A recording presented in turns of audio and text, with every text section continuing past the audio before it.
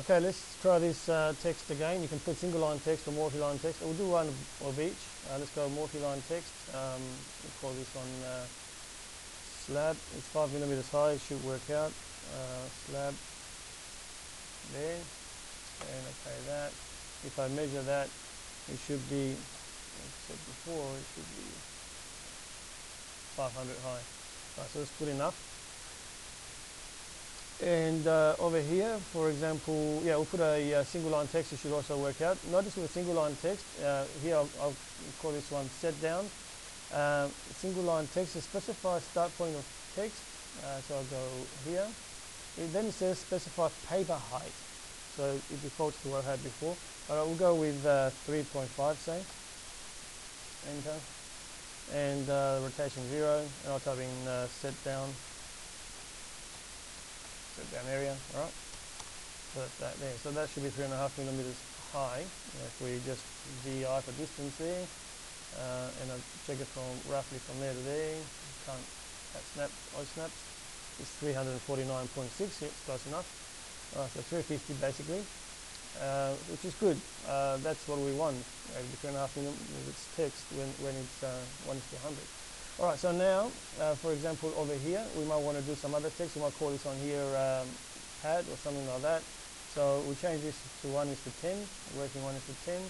So now we put in a piece of text here, and we'll call it, that might be 5 millimeters this time, and enter that. Okay, pad detail. That will do. Perfect. All right, so there it is. So that's fine. Oh, good. So we're ready to put that on the sheet. That's all we need, really. Okay, so let's click over to our sheet here. So we need to go to the home and set our layer to our viewport layer, because that's non-printable. Under layout, or you can type MV. You should find this guy here, rectangular viewport. And we draw a little rectangle of where our house is going to fit. So for 1:100, I double click into this viewport here to the left. I bring that to the center. I scale it up a little bit, and then I go down here and set that to 1:100. So that sort of fits in. The problem is now I'm not getting in my dimensions, so I need to make this a bit bigger. Okay, so here we go, a bit bigger, and this way as well. Am I getting the cup? Ooh, look at there. I just it snapped to the midpoint of the line. You're supposed to do this without the object snap. Click on here and drag that along.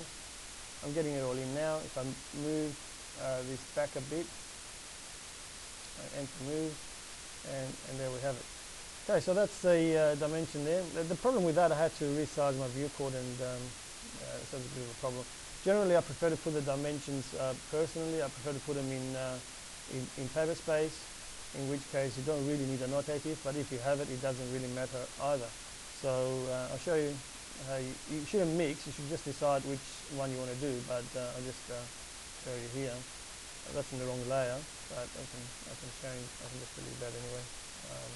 Let's just change the layer back to dimensions up the top. Okay, so I've put a dimension in here. Let's do a vertical one, like that. Okay, put it out here, put it wherever I want. I can put it as close or whatever. So it can be outside the viewport in that way. So when we're doing our viewport and we put in dimensions of text in paper space, we don't have to have an extra big rectangle around it to get the dimensions that are in model space. But that's another story. Okay, notice here we've got the 600 coming up there, but we haven't got the other 600. We have done no layout turning off or anything in this viewport.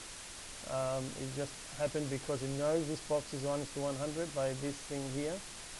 Therefore, this is 1:100. Therefore, it will only show me the 1:100 detail in there. Right, I don't want to show the 1:10 in here, so I want to do another viewport for the 1:10. MV for make view, and this is going to end up in the wrong layer, but that's fine. I can easily change that back to another layer later. So here it is.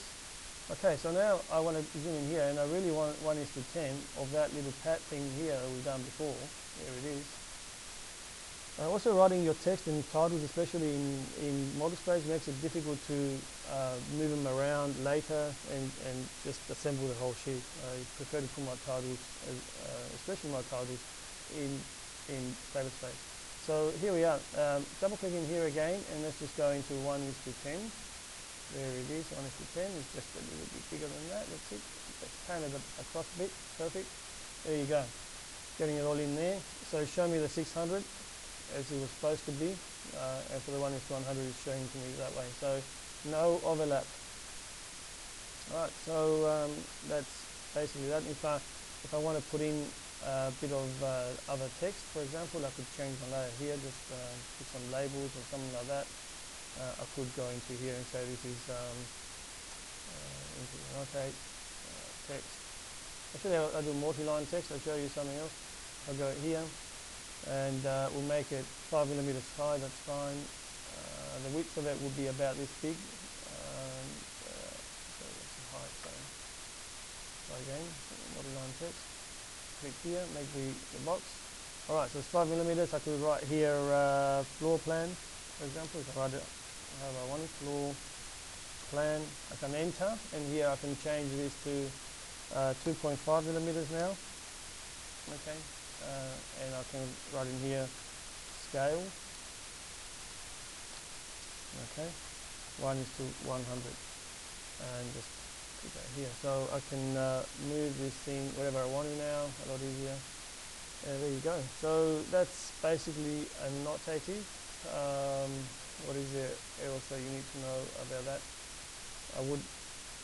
You can change stuff afterwards from, well, you can make it non-annotative if you want to, but you could,